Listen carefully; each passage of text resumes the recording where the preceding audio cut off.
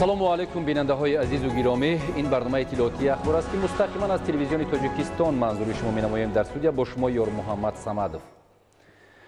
صبح امروز سفری کاری اساسگذاری صلح و وحدت ملی پیشوای ملت پرزیدنت جمهوری تاجیکستان محترم امامعلی رحمان به ولایت ختلان آغاز گردید.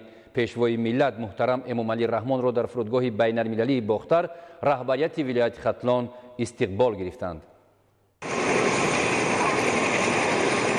23 مارت اساسگذار صلح و وحدت ملی پیشوای ملت پرزیدنت جمهوری تاجیکستان محترم امامعلی رحمان با سفر کاری و با مقصد اشتراک در مراسم افتتاح یک قطار انشاءات دارای تعینات گوناگون به ولایت ختلان تشریف آوردند.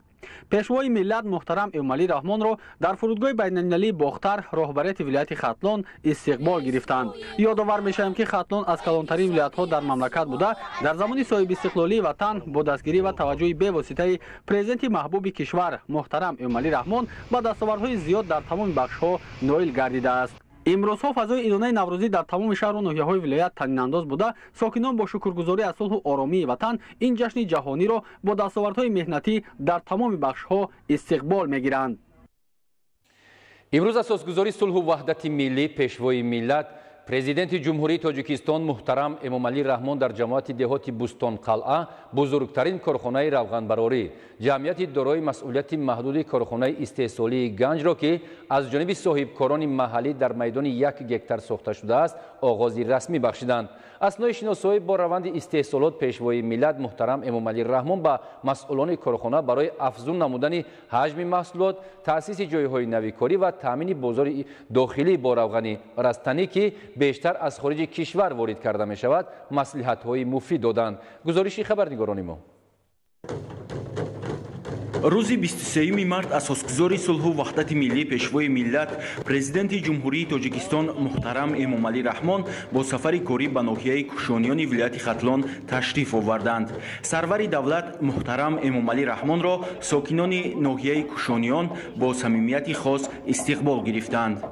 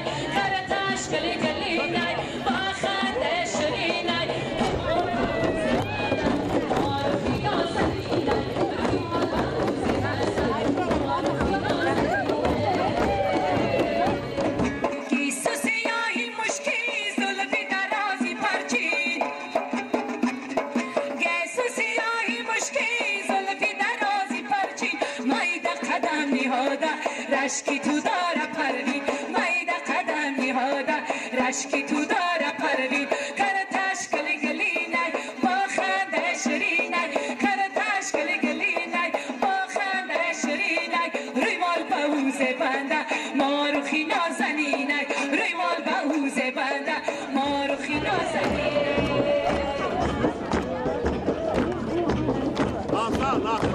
پیشوای ملت محترم امامعلی رحمان در جماعت دهات بوستون قلعه ناحیه کوشانیان به فعالیت بزرگترین کارخانه روغنبراری جمعیت دارای مسئولیت محدود کارخانه استحصالی گنج که از جانب صاحبکار محلی در میدان 1 گکتر ساخته شده است آغاز رسمی بخشیدند.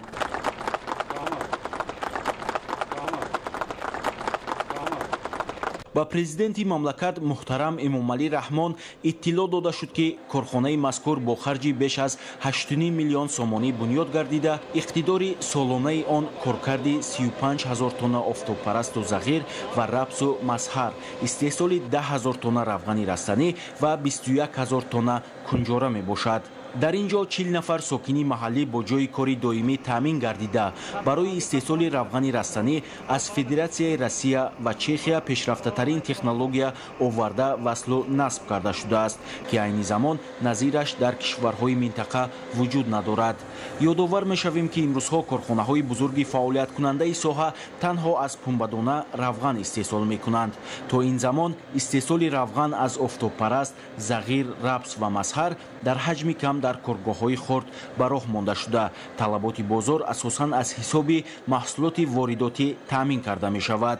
дар ҷамъияти дорои масъулияти маҳдуди корхонаи истеҳсолии ганҷ раванди истеҳсолот асосан аз чанд марҳила ба монанди ҷабиши сард, софкунӣ, безараргардонӣ, ширинкунӣ ва банду басти зарфҳои гуногун ҳаҷми равған, ки аз 2 то 5 литрро дар бар мегирад, иборат буда маҳсулоти тавлидшуда аз лиҳози сифат ба стандартҳои ҷаҳонӣ ҷавобгӯ мебошад. ҷиҳати беҳтар намудани сифат ва мониторинги ҳаррӯзаи он дар дохили корхона озмоишгоҳи замонавӣ низ фаъолият дорад, ки мутахассисони варзидаи соҳа бо истифода аз дастгоҳу таҷҳизоти муосир ба мутобиқат ва бехатарии маҳсулот баҳои воқеӣ медиҳанд. технологияи мо вақте ки маҳсулотро ҷафиш мекунад, дар температураи 60-70 градус маҳсулотро мебурем. ина ҷафиши сард менамоянд. дар 60-70 градус тамоми витаминҳое ки ғизоие ки дар таркиби равған ҳастааст барои одам фоидаовар ва ё бедигаргунӣ мӯътадил ҳам хел меистанд. баъзе равғаное ки аз дигар давлат мода ворид мешавад ва ё ҷафиши гарм доранд. фарқияташ ҷафиши гарм дар температураи 100-110 градус ҷафиш мешавад, аз ва ё равған зиёд мебурояд, локин тамоми витаминҳо нобуд мешаванд. фарқияти заводи мо дар ҳамин аст. баъд аз он мо таҷҳизоти дигаре овардем аз Русия. вай тамоми 6 намуд филтр мегзарад. 6 намуд равған боз филтр мешавад аз тамоми моддаҳое ки барои организми одам зарар меорад, ҳамаш тоза карда нави аъло истеҳсол мешавад. ёдовар мешавем, ки растании зағир, рапс, мазҳар ва офтобпараст дар хоҷагиҳои кишоварзии шаҳру ноҳияҳои мамлакат парвариш ва истеҳсол карда мешавад, аммо аз ин ҳисоб наметавон талаботи корхонаро қонеъ кард. бо мақсади таъмини фаъолият қисми бештари ашёи хом аз ҷумҳурии Қазоқистон оварда шуда мавриди коркард қарор мегирад. дар ин корхона дар як вақт имконияти захираи беш аз 2000 тонна ашёи хом мавҷуд мебошад. аснои шиносоӣ бо раванди истеҳсолот пешвои миллат муҳтарам Эмомалӣ Раҳмон ба масъулони корхона барои афзун намудани ҳаҷми маҳсулот, таъсиси ҷойҳои навикорӣ ва таъмини бозори дохилӣ бо равғани растанӣ, ки бештар аз хориҷи кишвар ворид карда мешавад, маслиҳатҳои муфид доданд. ба таъкиди сарвари давлат, бо таъсиси чунин корхонаҳо имконияти қонеъ намудани талаботи аҳолӣ бо равғани растанӣ мавҷуд аст ва соҳибкорон метавонанд бо истифода аз имтиёзҳои пешбинӣ намудаи ҳукумати мамлакат хатҳои нави технологиро ворид намуда истеҳсолоти ватаниро тақвият бахшанд.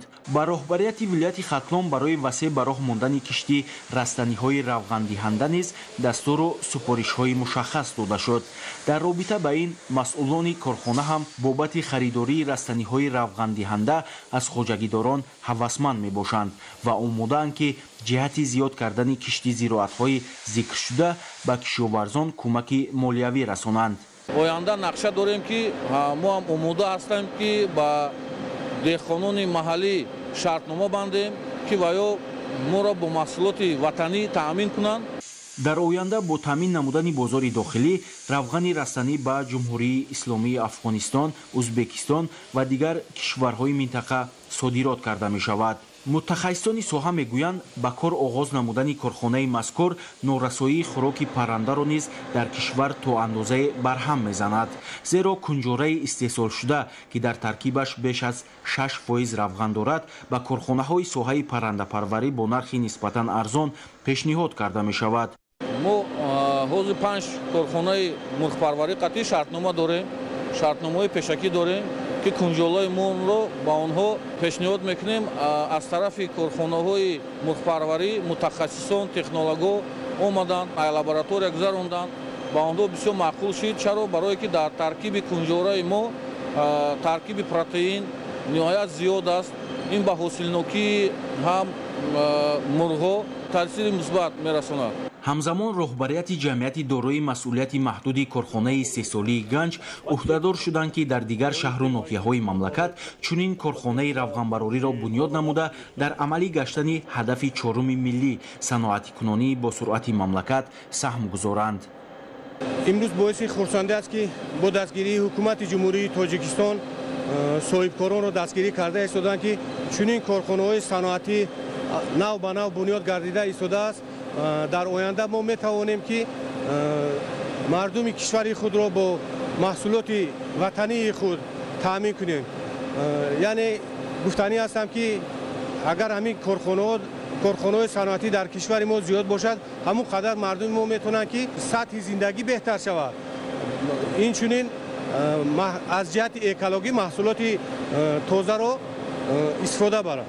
баъди ба истифода додани ҷамъияти дорои масъулияти маҳдуди корхонаи истеҳсолии ганҷ пешвои миллат бо намунаи молу маҳсулоти корхонаҳои саноатии вилояти хатлон ки дар ин ҷо ба намоиш гузошта шуда буд шинос шуданд. иттилоъ дода шуд ки айни замон дар шаҳру ноҳияҳои вилоят 512 коргоҳу корхона ба истеҳсоли молу маҳсулот машғул буда дар таъмини бозори дохилӣ саҳмгузоранд. дар шаҳру ноҳияҳои вилоят асосан корхонаҳои азими коркарди пахта و استحصال محصولات شیری، گوشتی، قنادی، کنسروی میوه و سبزوات، روغن رستنی، رنگ، مبل، رشته ابریشمی، اطلس، گوشت مرغ و غیره فعالیت دارند که امروزها مال و محصولاتشان به فدراسیای روسیه، خیتای، قرقیزستان، قزاقستان، ازبکستان، ترکیه، افغانستان و دهها کشور دیگر صادرات کرده می شود.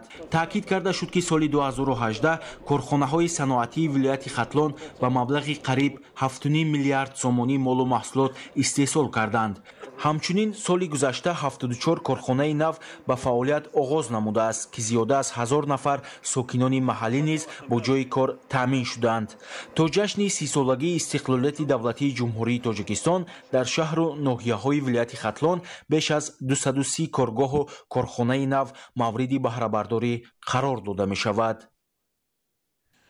در ادامه سفر به شهر بختر اساسگذاری صلح و وحدت ملی پیشوای ملت پرزیدنت جمهوری تاجیکستان محترم امامعلی رحمان با گذاشتن سنگ اساس به بنیاد ترمینال اتومبیلی مسافرکشی در مساحت 3 هکتار آغاز رسمی بخشیده با لایحه رشد نقلیات جمعیتی ولایت ختلان شناس گردیدند. ترمینال اتومبیلی مسافرکشی در قسمت جنوب و غربی شهر بختر در شاهراه بختر کلاب ساخته می شود که در تنظیم حرکت واسطه‌های نقلیات جمعیتی و آسان و ساده گردانیدن رفت و آمد ساکنان و مهمانان به شهر و ناحیه‌های اطراف مساعدت فعال خواهد کرد. خبرنگاران ما گزارش می‌دهند. 23 مارت اساسگذار صلح و وحدت ملی پیشوای ملت پرزیدنت جمهوری تاجیکستان محترم امامعلی رحمان در شهر بختر با گذاشتن سنگ اساس با بنیاد ترمینال اتومبیلی مسافرکشی در مساحت 3 هکتار آغاز رسمی بخشیده با لایحه رشد نقلیات جمعیتی ولایت ختلان شناس گردیدند. اثنای معرفی لایحه مذکور اطلاع داده شد که مبلغ عمومی آن بیشتر از 10 میلیون دلار آمریکایی را در بر میگیرد و آن در دایره همکاری‌های حکومت جمهوری تاجیکستان با بانک اروپایی تجدید و رشد تطبیق خواهد گردید. هدف از تطبیق این لایحه جاری نمودن خدمت‌رسانی نقلیات جمعیتی داخل شهری و نزد شهری با استفاده از اتوبوس‌های نو و زمانوی برای اهالی و مهمانان شهر بختر، لیوکن و ناحیه‌های کوشانیان وخش بلند برداشتن صفت خدمت‌رسانی مسافرکشی، کاهش دادن حالت تنبشوی نقلیات در راه‌های ماشینگرد و بهتر نمودن وضع اکولوژی ارزیابی کرده شد. پرزیدنت مملکت محترم امامعلی رحمان ضمن شناسایی با لایحه و صحبت با مسئولین جهت تطبیق هدفمندانه لایحه و استفاده پرثمر مبلغ‌های جلب گردیده تاکید داشتند. ترمینال اتومبیلی مسافرکشی در قسمت جنوب و غربی شهر بختر در شاهراه بختر کلاب ساخته می شود که در تنظیم حرکت واسطه‌های نقلیات جمعیتی و آسان و ساده گردیدن رفت و آمد ساکنان و مهمانان به شهر ناحیه‌های اطراف مساعدت فعال خواهد کرد. اختیار در روز می شود که اهالی شهر بختر و شهر نویایی که با شهر بختر ولایت ختلون همسرهدند از نبودن خدمت رسانی نقلیات جمعیتی تنقیصی میکشیدند. تطبیق لایحه مذکور به ما امکانیت میدهد که اهالی شهر بختر، لوکند و ناحیه‌های کشانیان و وقت با این نمود خدمت رسانی تامین کرده شوند. برتریت های لایحه در آن است که خدمت رسانی با صفت، به خطر و از جهت نرخ نسبت به دیگر نمود خدمت رسانی نقلیات های مسافرکش ارزان‌تر میباشد، قریب 1 برابر. این چنین جاری نمودن چیپ‌های الکترونی در نظر است. 2 نمود چیپ‌های الکترونی جاری کرده می شود که یکی عمومی و دیگر امتیازناک. خیلی ما می‌دانیم که طبق قانونگذاری به یک گروه اهالی امتیازها داده شده‌اند که امروز آنها از این امتیازهای خود بنابر با سبب موجود نبودن این نمود خدمت رسانی استفاده بردن نمی‌توانند.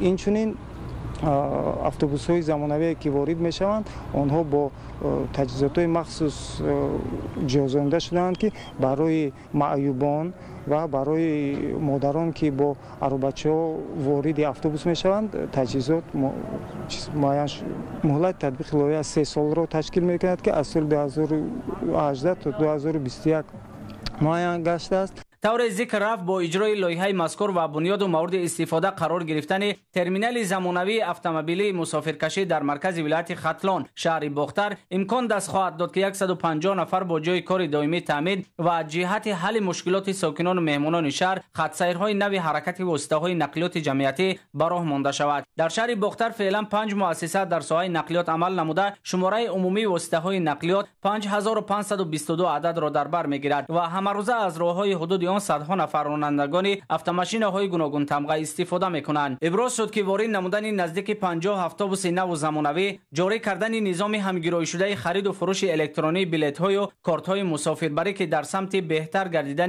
صفت خدمت رسانی به ساکنان و مهمانان زمینه بهترین دانسته می‌شوند از قسمت‌های اساسی لایحه رشد نقلیات جمعیتی ولایت ختلون می‌باشند. باعث خوشنودی است که با دستگیری پیشوای معظم ملت محترم ایمالی رحمان کارخانه نوی بختر نقلیات خدمت رسان در شهر بختر به فعالیت شروع کرد. این هم باشه در مرحله اول وارد نمودن 39 عدد اتوبوس‌های نوی زمانوی برای بهبودی رساندن سطح خدمت در شهر بختر. زیاد از 150 نفر جاهای کاری در نظر گرفته شده است که این هم باشد برای مردم خیلی منفعت دار است. جاهای کاری نوی زیاد می شود. باز در مرحله دوم باز نقشه ها هست که باز از 39 تا 100 اتوبوس وارد نمودن در شهر بختر در نقشه داریم ما. شرایط‌های بسیار خوب هم از جهت اکولوژی هم از جهت تنبشوی در راه‌ها همه جهت‌ها خیلی خوب دارند.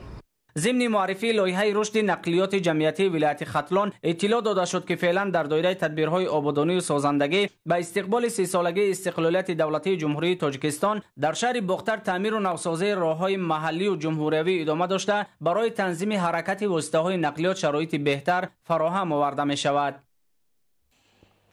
امروز همچنین اساسگذاری صلح و وحدت ملی پیشوای ملت پرزیدنت جمهوری تاجیکستان محترم امامعلی رحمان به دانشگاه دولتی بختر به نام ناصر خسرو تشریف آورده فاکولتت سیاست و اداره دولتی دانشگاه را مورد استفاده بری قرار دادند. در همین جا سرور دولت محترم امامعلی رحمان در نزد استادان و دانشجویان دانشگاه دولتی بختر به نام ناصر خسرو سخنرانی کرده آنها را به فرارسیدن نوروز نیکپی تهنیت گفتند. در دایره سفری کاری به گروه شهر و ناحیه‌های ولایت ختلون اساسگذاری صلح و وحدت ملی پیشوای ملت پرزیدنت جمهوری تاجیکستان محترم امامعلی رحمان به دانشگاه دولتی بختر به نام ناصر خسرو تشریف آورده در مراسم مورد استفاده بری قرار دادن فاکولتت سیاست و اداره دولتی دانشگاه اشتراک نمودند. پیشوای ملت را دانشجویان این مؤسسه عالی تعلیمی صمیمانه استقبال گرفتند.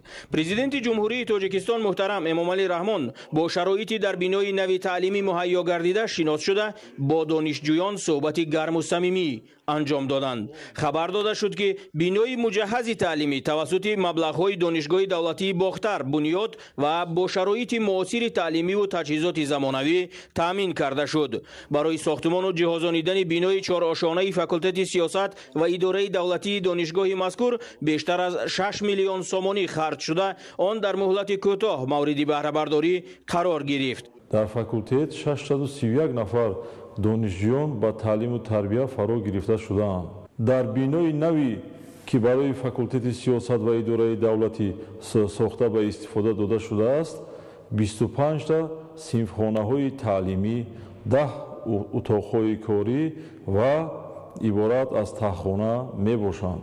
خیلی شاد از آن هستیم که تشریف جناب عالی به شهر باختر زیبای ما به قلب خطلان کهن است و ما خیلی خوشحال از آن هستیم که امروز جناب عالی را پیشواز گرفتیم و پس از چندین سال پیشوای معظم ملت قدم مبارک خویش را به دانشگاه ما رنجه نمودند و برای ما دانشجویان بینای نو برای تحصیل ما کشاده دادند تا اینکه ما تحصیل خوبتر را ادامه دهیم، تا اینکه ما توانیم در پیشرفت این جامعه یک سهمی با سزای خود را گذاریم و از ما جوانان چه طلب می شود تنها آموختن دانش و سواد و همیشه از بر کردن علم و دانش تا اینکه به این همه غمخواری های پیشوای ملت توانیم جوابگو باشیم. باید گفت که مؤسسه دولتی تعلیمی دانشگاه دولتی باختر به نام ناصر خسرو یکی از کلانترین تعلیمگاه عالی کسبی در ولایت ختلان بوده در بین دیگر دانشگاه‌های جمهوری مقام خاصه را صاحب است.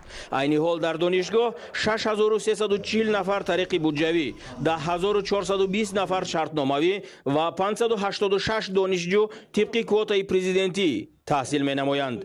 در این دانشگاه همچنین 111 دانشجوی خارجی از جمهوری اسلامی افغانستان، جمهوری ازبکستان و ترکمنستان تحصیل می نمایند. دانشگاه دولتی باختر تنها طول 5 سال اخیر فعالیتش بیشتر از 19000 نفر متخصص ساحه‌های مختلف را آماده نموده است که در تمام گوشه و کنار جمهوری و بیرون از آن در عرصه‌های گوناگون کار و فعالیت دارند. برای من باعث افتخار است که در یکی از دانشگاه‌های با نفوذ کشور دانشگاه دولتی باختر به نام ناصر خسرو به دانشجویان تعلیم می‌دهیم و باید ابراز داشت که سال سال شماره دانشجویان طریق مرکز ملی تحصیل نزد پرزیدنت جمهوری تاجیکستان به دانشگاه دولتی باختر به نام ناصر خسرو زیاد گردیده ایستاده است.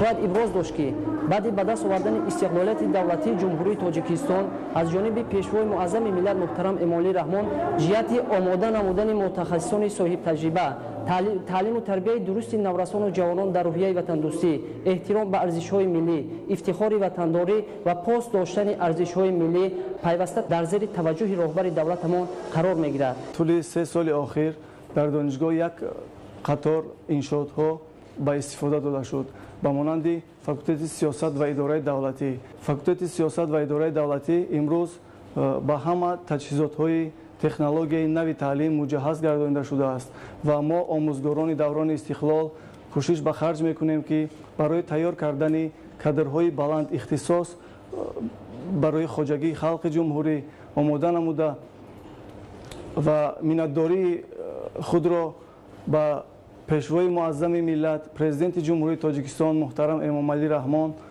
میرسانیم. عصر 21 زمانی رشد تکنولوژی‌های اطلاعاتی و تطبیق آن در استحصالات دانسته می شود. ما دانشجویان فاکولته سیاست و اداره دولتی منتداری خود را به پیشوای معظم ملتمان می رسانیم و ما دانشجویان وعده می دهیم که در تحصیل آینده با بهای خوب و اعلی خوانده برای وطن ملت خویش صمیمانه خدمت نماییم. ما جوانان نکوتاله دوران استقلالیت منتداری خود را به پیشوای معظم ملت بیان می نماییم، چون که محض با غمخواری و دستگیری های این کس ما امروز صاحب بینای زمانوی گشتیم و ما دانشجویان وعده می دهیم که با سر بلند این دانشگاه را ختم نموده در وطن خود سهمگذار باشیم. کمی هم باشد یکی از گوشه های دوردست وطنمان تاجیکستان را آباد نماییم. فعلا دانشگاه دارای پایگاه مستحکم مادی و تعلیمی معاصر، اقتدار پرقوت علمی و آموزگاری و تحقیقاتی و اینواسیونی، پارک تکنولوژی، مرکز آزمایشگاه مجهز با تجهیزات زمانوی تعلیم می باشد. این مؤسسه عالی تعلیم تعلیمی کسبی با زیاده از 40 مؤسسه تحصیلات عالی ممالک خارجی همکاری داشته در 5 سال اخیر بیش از 30 نفر دانشجوی دانشگاه غالب و جایزه‌دار آزمون المپیادهای جمهوریوی و بین المللی گردیدند. من از نام خود و از نام همه دانشجویان فاکولته سیاست و اداره دولتی منتداریم را با اساسگزار صلح و وحدت ملی پیشوای ملت محترم جناب عالی میرسانم که در عرفه عید نوروز با ما چنین یک بنای تعلیمی که با همه شرایط‌های نو زمانوی مجهز گردانیده شده تقدیم نمودند. در برابر این ما سیاستشناسان جوان وعده می‌دهیم که در آینده در رشد و انکشاف وطن عزیزمان سهمگذار باشیم. شاد از آن هستم که در چنین بنای نو زمانوی تعلیم آموخته ایستاده‌ام. این غمخوری‌های جناب عالی را پیش نظر گرفته وعده می‌دهم که در آینده یکی از متخصصان ساحه حقوق شده در تنظیم حقوق در جمهوری تاجیکستان کمی هم باشد سهم خود را گذارم و در پیشرفت تاجیکستان خدمت رسانم. دانشگاه دارای 8 بنای تعلیمی، 29 آزمایشگاه، 2 کابینت لینگافونی، 2 تالار ورزشی، همچنین 2 میدانچه و 1 مجمع ورزشی می باشد. پرزیدنت جمهوری تاجیکستان محترم امامعلی رحمان در صحن دانشگاه با زیاده از 40 نفر دانشجویان یتیم تحفه‌های نوروزی سرور دولت را تقدیم کردند. سپس پرزیدنت جمهوری تاجیکستان محترم امامعلی رحمان مجمع ورزشی دانشگاه دولتی باختر به نام ناصر خسرو را با 4000 جای نشست به استفاده دادند. در مجمع ورزشی پیراههای دویدن به مسافه‌های گوناگون، پریدن به بلندی، میدان‌های فوتبال و والیبال، میدانچه خرد قدمزنی با شمول میدان ورزشی حاضر زمان با مساحت 1 هکتار موجود می باشد. در مجموع در این انشاءات برای کل نمودهای ورزش تمام شرایط ضروری مهیاست. در همین جا سرور دولت محترم امامعلی رحمان در نزد استادان و دانشجویان دانشگاه دولتی باختر به نام ناصر خسرو سخنرانی کرده آنها را با فرا رسیدن نوروز نیکبای تهنیت گفتند و انشاءاتی در این روز مورد بهره برداری قرار گرفته را تحفه رهبریت دولت و حکومت جمهوری تاجیکستان با محصلین این مؤسسه عالی تعلیمی ارزیابی کردند.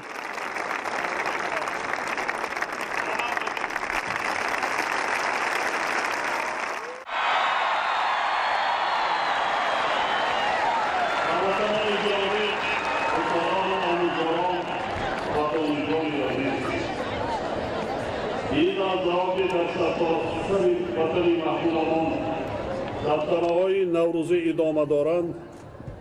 کل مردم سربلند ولایت ختلان از جمله ساکنان شهر باختر و همه شما استادان و آموزگاران گرامی و دانشجویان دانشگاه دولتی به نام ناصر خسرو را به این مناسبت تبریک میگویم.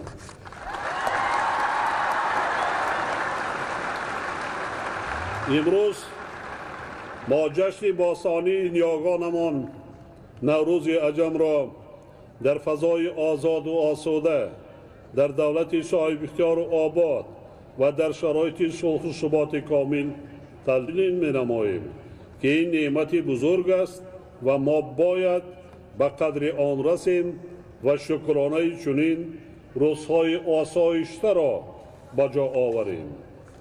در اساس منبع‌های تاریخی نیاگان شرفمندمان نوروز را هنوز در دوره‌های موجودیت دولت‌های نخستین خود در گوشه‌های گوناگون سرزمین زیست خود از جمله در قلمرو دولت باختر با شکوه و شهامت تجلیل می‌کردند و این ایام را برای آبادی و سرسبزی دیار خویش استفاده می‌بردند.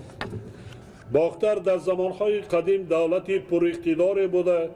ختلان زمین یک پاره مهم این دولتی پهناور گذشتگان ما به شمار می رفت و این سرزمین باستانی زادگاه ناصر خسرو قبادیانی، مولانا جلال الدین بلخی، خواجه اسحاق ختلانی، خواجه نوربخش ختلانی، محمد حسین ختلانی و صدها نفر شخصیت‌های محبوب و معروف ملت می باشند که امروز ما با نام و میراث پرقیمت آنها افتخار میکنیم.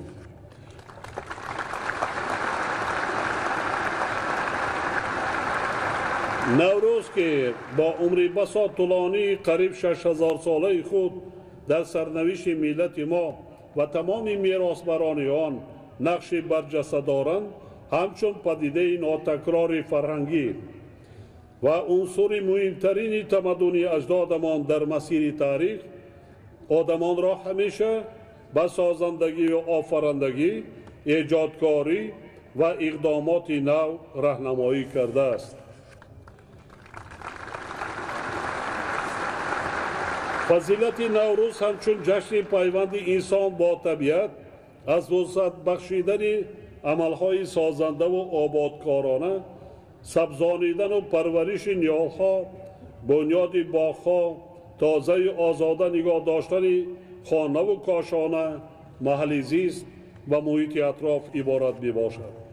باور دارم که مردم همت بلند ولایت، صاحبکاران و تاجران و دیگر شخصان سخاوتمند این سنت های نوروزی را بخصوص در سمت آبادانی شهر و نایه‌ها، شهرک و دهات و محل زیست، تعمیر و بنیاد راه‌ها، شبکه‌های آبرسانی و مسائل اجتماعی، همچنین برای هموطنانمان تأسیس دادن جایهای نوی کاری وسعت بخشیده جشن مقدس ملی امان 30 سالگی استقلالیت دولتی تاجیکستان را با دستاوردهای ارزنده استقبال می‌گیرد. مخصوصاً دهقانان اصیل این سرزمین در برابر چهارمینی‌های جشنی از هر روز مساعد بهاری ثمرناک استفاده برده، علاقه کشتکار بهاری و کاشتن دانه امید را که فیض و برکت خوان نوروزی مردممان می باشد آغاز کردند. حاضرین گرامی، دانشگاه دولتی باختر به نام ناصر خسرو همچون یکی از مرکزهای اساسی تیار نمودن کادرهای آموزگاری و رشد فرهنگ و ادب کشور در طول فعالیت بیش از 40 ساله خود در قطار دیگر مؤسسه‌های تحصیلات عالی کسبی مملکت در تربیت آموزگاران و متخصصان بخش‌های مختلف حیات جامعه و دولت نقش سزاوار گذاشته است. دانشگاه مذکور یکی از کلانترین تعلیمگاه‌های عالی کسبی در ولایت ختلان میباشد. دانشگاه دارای پایگاه مستحکم و محسن مادی و تعلیمی، اقتدار پرقوت علمی و آموزگاری و تحقیقاتی و اینواتسیونی بوده. در آن پارک تکنولوژی، مرکز و آزمایشگاه‌های مجهز با تجهیزات زمانوی تعلیم فعالیت دارند. حالا در دانشگاه 562 نفر استادان و آموزگاران فعالیت می‌کنند که 167 نفرشان زنان میباشد. شماره عمومی دانشجویان دانشگاه قریب 17,000 نفر بوده. 600 نفر آنها طبق کوتای پرزیدنتی تحصیل می‌کنند. تنها در 5 سال اخیر دانشگاه را 19,000 نفر ختم کردند. امروز هزاران نفر دستپروران این درگاه علم و معرفت در مؤسسه‌های گوناگون تعلیمی و ساحه‌های مختلف اقتصادیات مملکت و خارج از آن موفقانه فعالیت دارند. صدها نفر خادمان دولتی و جمعیتی و شاعران و نویسندگان نامدار دستپروران همین دانشگاه می باشند. دانشگاه سال 2018 در المپیاد دانشجویان مؤسسه‌های تحصیلات عالی کسبی کشور با 7 جای افتخاری و در آزمون امساله جام اکادمی علمای جمهوری تاجیکستان که در عرفه نوروز برگزار گردید با گرفتن 8 جای افتخاری سزاوار جای دوم گردیده است.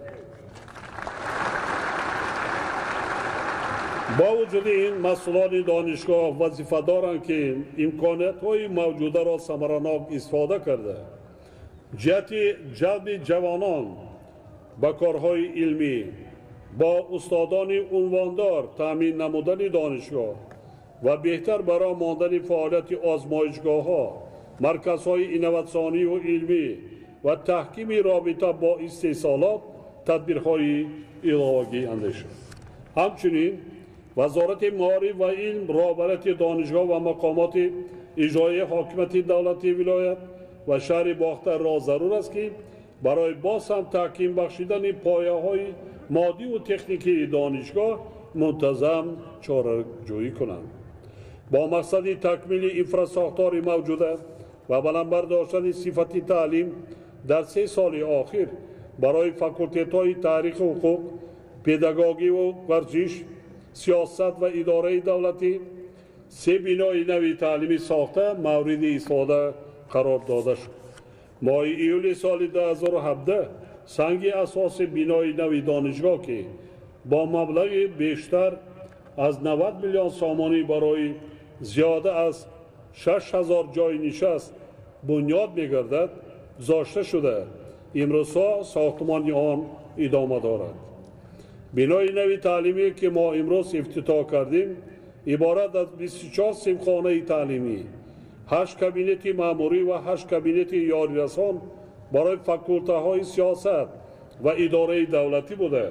برای 700 جای نشست بنیاد و با تجهیزات معاصر زمانوی جهازانیده شده است. در برابر این مجموعه ورزشی دارای تمام شرایط حاضر زمان با 4000 جای نشست که حالا ما در آن قرار داریم ادامه همین کارهای سازنده می باشد.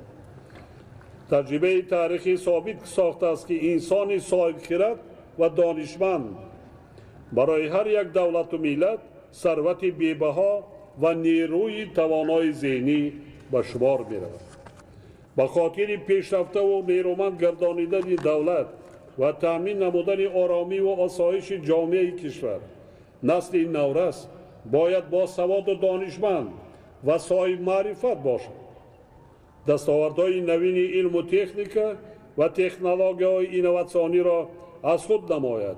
با 2 و زیاده زبانهای خارجی معاشرت آزاد داشته برابر با زمان پیشرفت قدم گذاشته تواند. در برابر تعلیم و رشد علم و اینواتسیون تربیت نیز همچون جزء تحصیلات مهم و نهایت ارزشمند میباشد. از این لحاظ توجه به تربیت نسل نورس در ذهن نورسان و جوانان جای کردن خصلت‌های حمیده انسانی و در رویه وطندوستی و وطن پروری، افتخار ملی و خودآگاهی و خودشناسی به کمال رسانیدن نسل آینده مملکت یکی از وظیفه‌های مهم مؤسسه‌های تعلیمی، آموزگاران و پدر و مادران به شمار می‌رود.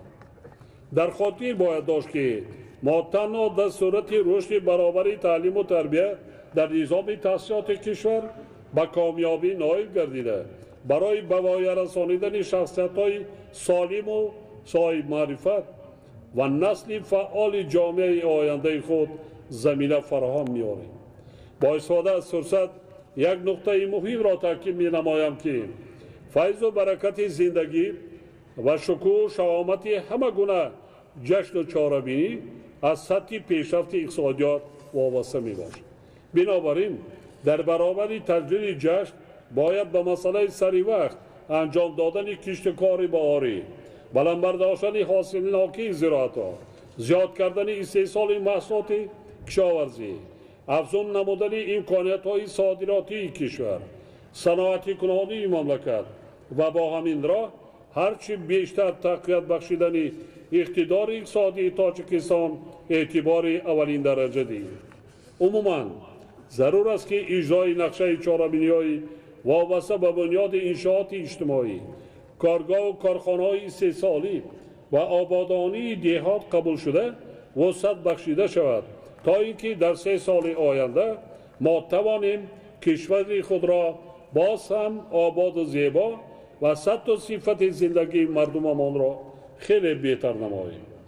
اطمینان دارم که در عملی نمودن این وظیفه پر افتخار و رسالت پرشرف ساکنان سربلند ولایت ختلان و شهر باختر نمونه زحمت اعلانه و صادقانه خواهم بود.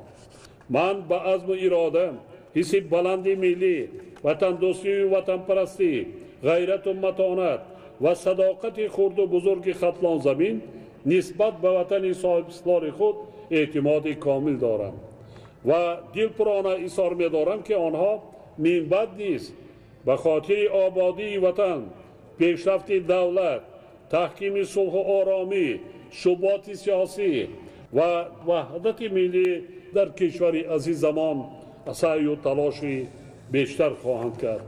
بار دیگر همه شما را با افتخار سال نو اجدادی نوروز فرخنده پی صمیمانه تبریک گفته به هر کدام شما سلامتی و براری کار آرزو می نمایم. همیشه صحتمند و سربلند و چون بهار نازنین سرسبز و خرم باشید. سلامت باشید. نوروز مبارک. намоиши барномаи фарҳангии аҳли ҳунар ба муносибати ҷашни аҷдодии наврӯз ки басод ҷолибу диданӣ буд анҷомбахши боздиди кории президенти ҷумҳурии тоҷикистон муҳтарам эмомалӣ раҳмон дар донишгоҳи давлатии бохтар ба номи носири хусрав буд.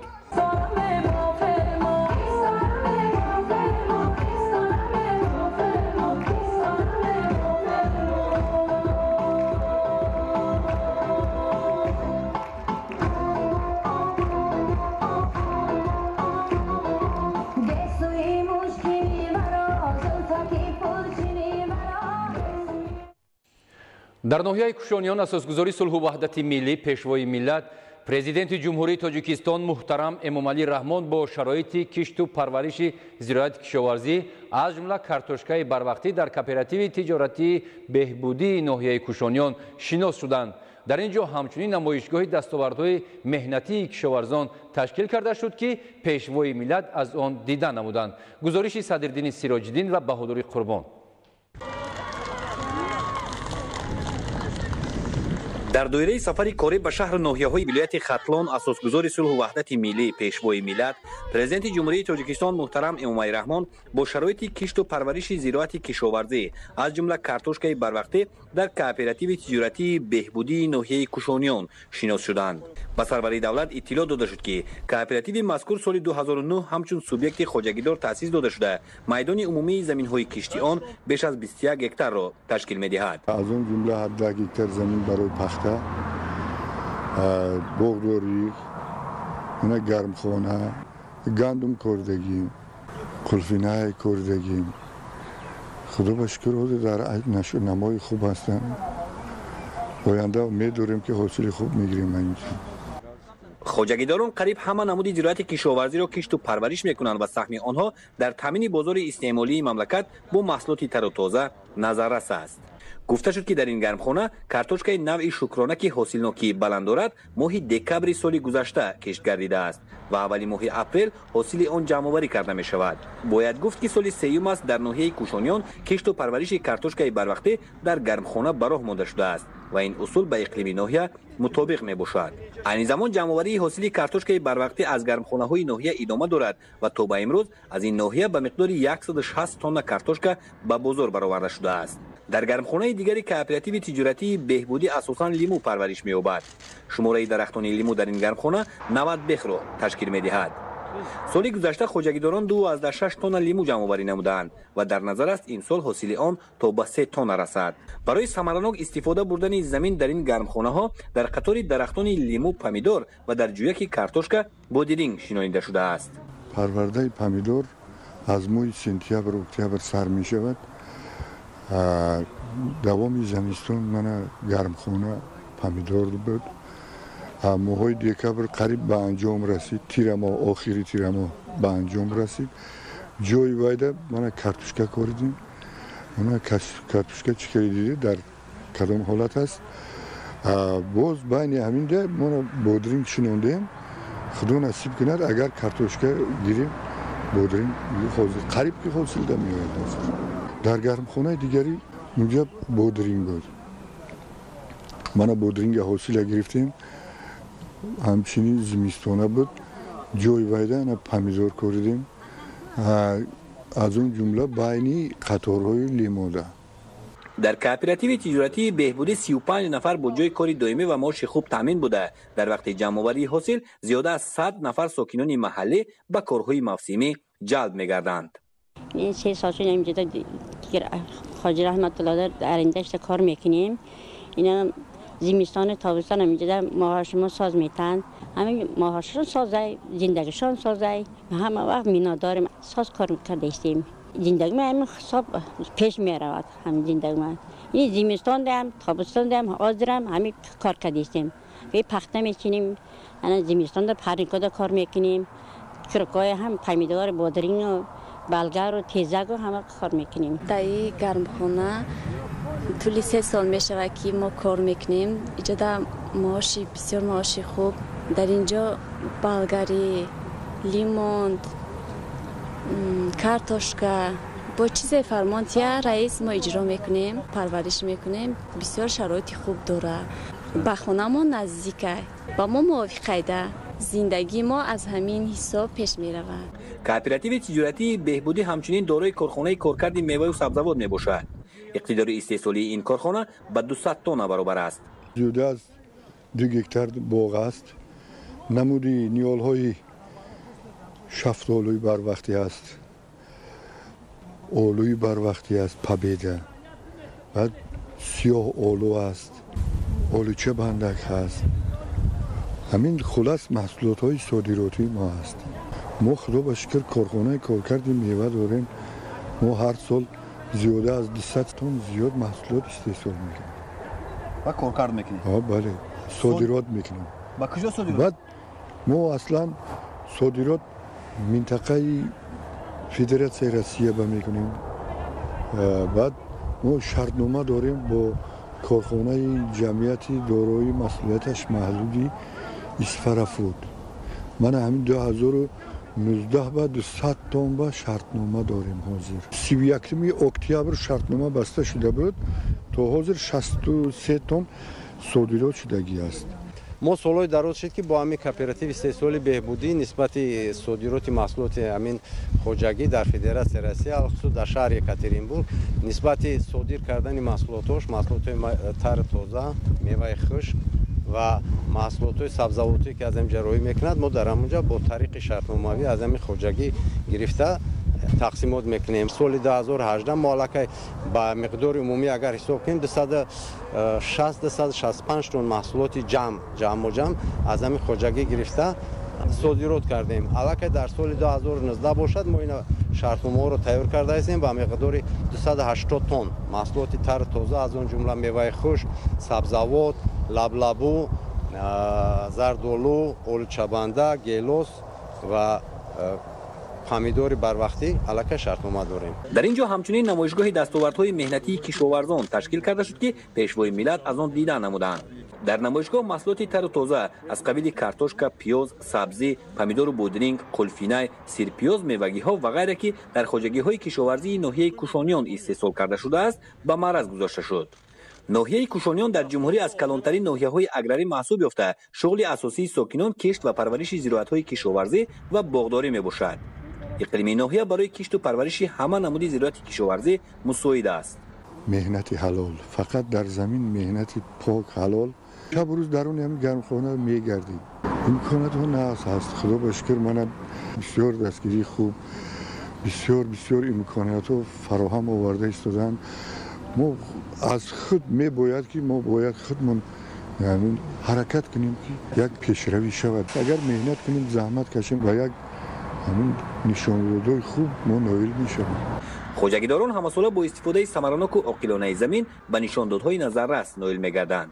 در ناحیه کوشانیان میدان عمومی زمین‌های کارم آبی کشت شونده برای حاصل سال 2019 15632 هکتار را تشکیل می‌دهد و تا امروز از طرف خوجگیداران در مساحت 5700 هکتار کشت گذرانده شده است. ضمن صحبت با خوجگیداران پرزیدنت مملکت محترم امامعلی رحمان برای در سطح خوب به راه ماندن فعالیت خواسته کشت کارتوشکای بروقتی در گرمخانه بهای بلند دادند. امروز همچنین اساسگزاری صلح و وحدت ملی پیشوای ملت پرزیدنت جمهوری تاجیکستان محترم امامعلی رحمان در دایره سفر کاری خود در ولایت ختلان به ناحیه وخش تشریف آورده در جمعیت دارای مسئولیت محدود بوستان 2010 ناحیه وخش به کشت پخته آغاز بخشیدند.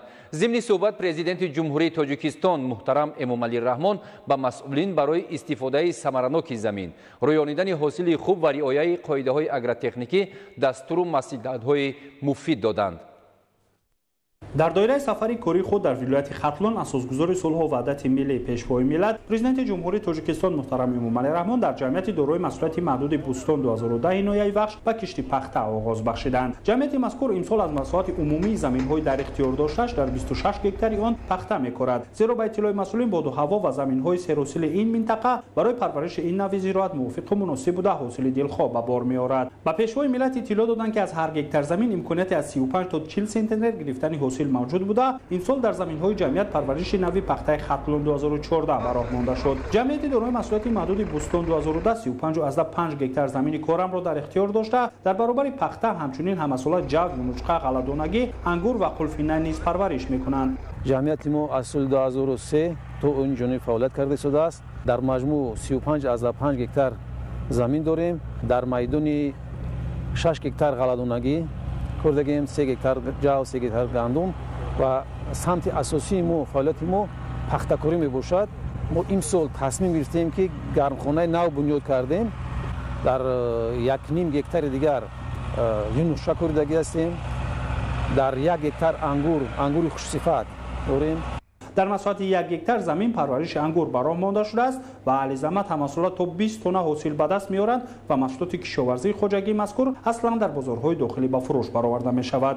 همزمان جمعیت محصولات در مساحت 0.50 هکتار زمین قلفینه پرورش می‌کند که طلبات به این نوع محصولات کشاورزی نیز زیاد بوده. از این حساب هم اهل زحمت درآمد خوب به دست می‌آورند. همین طریق در 3 هکتار زمین دیگر غله‌دانه، 1.5 هکتار یونوشقه و 3 هکتار جو کشت کرده می‌شود. رعایت حتمی قاعده‌های اگرتکنیکی پرورش زراعت‌های گوناگون به آنها امکانیت داده است که هم مسئله حاصل دلخواه به دست بیارند. امسال کشاورزان خوجگی بار نخست در مساحت 0.50 هکتار زمین گرمخانه بنیاد نمودند که طبق نقشه باید تا ماه می اولین محصولات بروقتی خود را به بازار برانند. در این گرمخانه پرورش پمیدار و قلمفور بلغاری به راه مانده شده است. ضمن صحبت پرزیدنت جمهوری تاجیکستان محترم امومعلی رحمان به مسئولین برای استفاده ثمراناک زمین، رویاندن حاصل خوب و رعایت قاعده‌های اگرتکنیکی دستور و مصلحت‌های مفید دادند. در همین جا پیشوای ملت همچنین از نمایشگاه اهل زحمت نویای بخش ولایت ختلون دیدن نموده با آنها از نزدیک صحبت کردند. در نمایشگاه اصلا محصولات نونی که ثمره زمین‌های سیروسیل تاجیکستان و زحمت مرد دهقان است به معرض دید گذاشته شده بود. کدبانوهای ماهر نویا نوهای گوناگون نان را که با شکل و شیوه و اصول خاصی مردم این منطقه آماده می‌گردند در نمایش پیشنهاد نمودند.